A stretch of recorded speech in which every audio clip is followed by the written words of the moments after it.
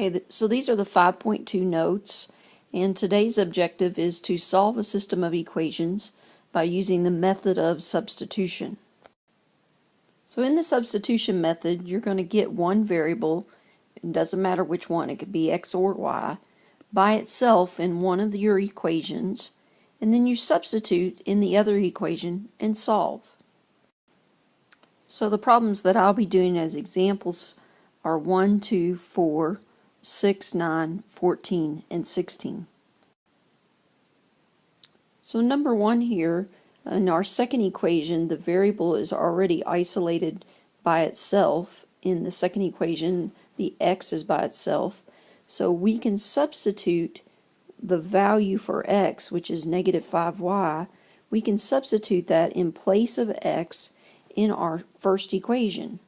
So we've got negative 5y plus 3y equals negative 8. And then I can solve that. Those are like terms, so I can combine those. That's negative 2y equals negative 8. And divide both sides by negative 2. And so y equals 4. So I know that this system of equation has a solution where the y value is 4. And now I'm going to need to find the x value. And I can find the x value by substituting 4 in place of y in either equation. So I'm going to pick my second equation since x is already by itself. So I've got x equals negative 5y, and I'm going to substitute 4 in place of y. So negative 5 times 4 is negative 20. So the solution to this system of equations, there's one solution, and the point where these two lines cross would be negative 24. So this system of equations has one solution, negative 24. Now remember that you can always check your solutions.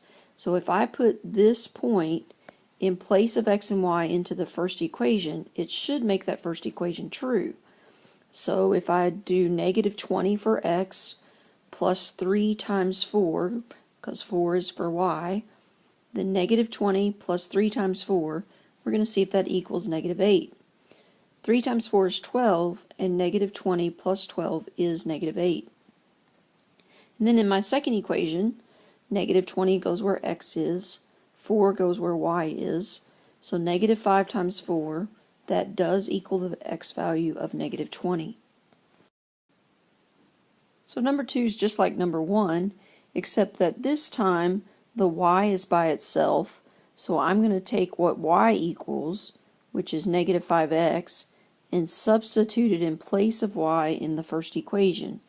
So this is what it will look like. You'll have x plus negative 5x equals 24, and then we want to simplify that. 1x plus negative 5x is negative 4x, and that equals 24. Now we'll divide both sides by negative 4. So after I divide both sides by negative 4, x is going to equal negative 6, because 24 divided by negative 4 is negative 6. Now I'll substitute the negative 6 in place of x in either equation and figure out the y value. So I'm going to use my second equation, y equals negative 5x. Substituting negative 6 in place of x, negative 5 times negative 6, so y will be 30. So the solution to this system of equation has one solution, and the solution is 630. Again, we can check that point in both equations. Sorry, it's negative 630, but if I can check that solution, negative 6 plus 30 is 24, and negative 5 times negative 6 is positive 30. Number 4 is more like the t-shirt problem that we had the other day, where y is by itself in both equations. So I can take what y equals and substitute it in place of y in the other equation. And I could have done it either way. So I'll substitute 3x plus 8 in place of y, And that leaves me with the equation 3x plus 8 equals 5x plus 9. Then I'll move my like terms together. So I moved my 3x to the other side of the equation and made it negative, and moved my 9 where the 3x was and made it negative. So I've got negative 9 plus 8 equals 5x plus negative 3x. Simplifying, negative 9 plus 8 is negative 1, and 5x plus negative 3x is 2x. Now I'll divide both sides by 2. So x is negative 1/2. Now I'll substitute negative 1/2 into one of the two equations and figure out the y value. So I'm using my first equation, y equals 3x plus 8. Substituting negative 1/2 in place of x, I've got 3 times negative 1/2 plus 8. Then I'll simplify. 3 times negative 1/2 is negative 1 1/2, and then I'll add 8 to it. So when I add 8, y equals 6 1/2. So the point where these two lines cross, so there's one solution, and the point where these two lines cross is negative 1/2, 6 1/2. And again, you can check this answer by substituting it into both equations. Now on number 6, neither variable is by itself already, so we're going to have to do that before we can substitute. So I'm going to get the x by itself by moving the 8y over in my first equation. So in that first equation will become x equals negative 8y plus 29. Now that I know a value for x, I'm going to substitute that in place of x in my second equation. So I'll have 3 times negative 8y plus 29 plus 4y, and that'll equal 7. So I wrote my second equation down, and then you can see where I substituted negative 8y plus 29 in place of x in my second equation. And then I'm going to simplify that. I'm going to have to use the distributive property here to be able to get rid of this parentheses. So using the distributive property, I did 3 times negative 8y, and that was negative 24y. Then I did 3 times 29, which was 87. Now I'm ready to move my like terms to the same side of the equation. So I just moved my 87 to be over here with the 7. So that leaves me with negative 24y plus 4y equals 7 plus negative 87. And now I'll simplify. Negative 24y plus 4y is negative 20y. 7 plus negative 87 is negative 80. Then I'll divide both sides by negative 20. When I divide both sides by negative 20, I get y equals 4. Now I just need to figure out the x value for this ordered pair. I know that the y value, the solution, is 4, so I've got to substitute the 4 in place of y into either of my original equations. I'm just going to use the first equation. So I've written down the first equation, and then I've substituted 4 in place of y, and now I'll simplify. 8 times 4 is 32. Now I'll move my 32 with my 29.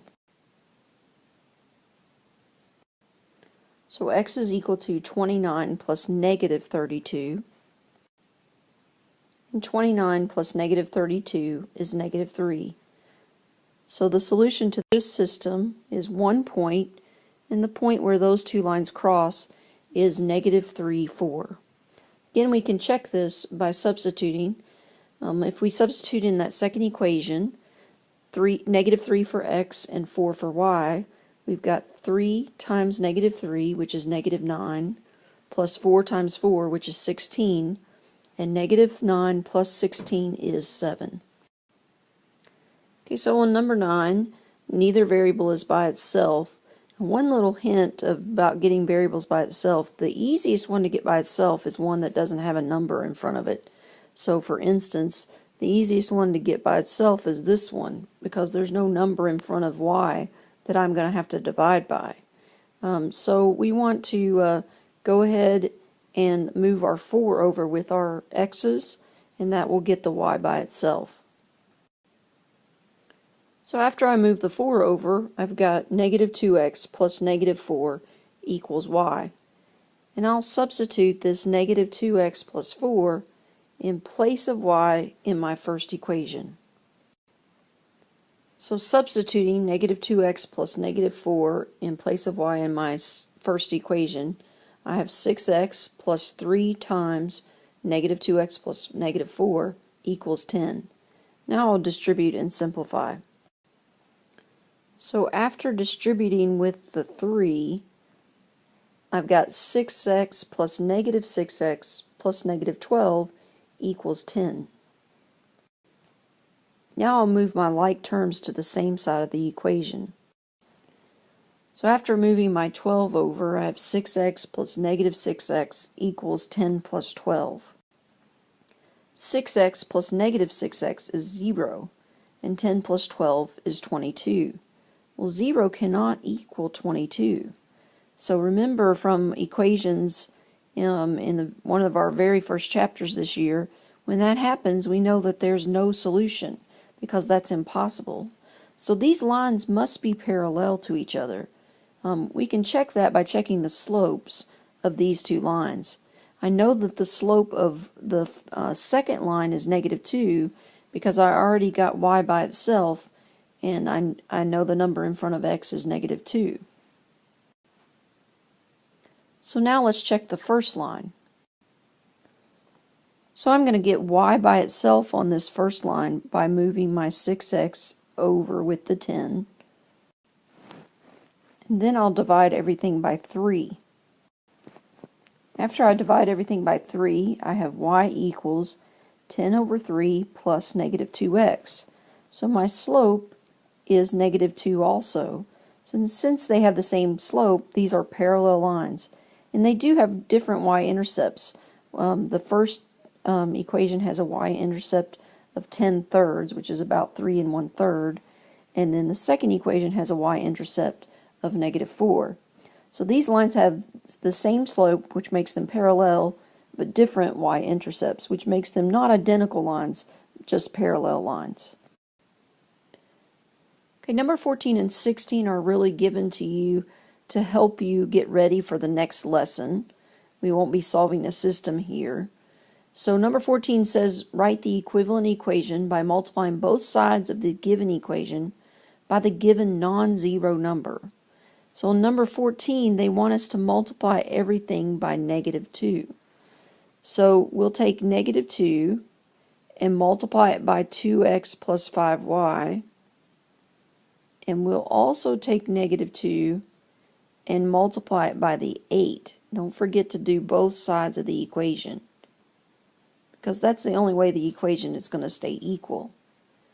So we'll distribute with negative 2 on the left side of the equation. And after I distribute with negative 2 times 2x is negative 4x, and negative 2 times 5y is negative 10y, and then negative 2 times 8 is negative 16. So the answer, after we multiply everything by negative 2, is this first one here, negative 4x minus 10y equals negative 16. Remember that minus 10y is the same thing as plus negative 10y. Okay, number 16, they want us just to add these binomials. Binomial just means two terms, so this is a binomial because the n's are one term and the m's are another term. So binomial is just two terms. Trinomial would be 3, and so on. But we're just going to add these together, just like you did in first grade by just adding down. So 2n plus 8n is 10n, and then 5m plus negative 5m is 0. So the answer to this problem is 10n. Now if you want to change all your minus signs to plus negative, if that might help you, that may be helpful later on as you do some more of these, number 17 and so on.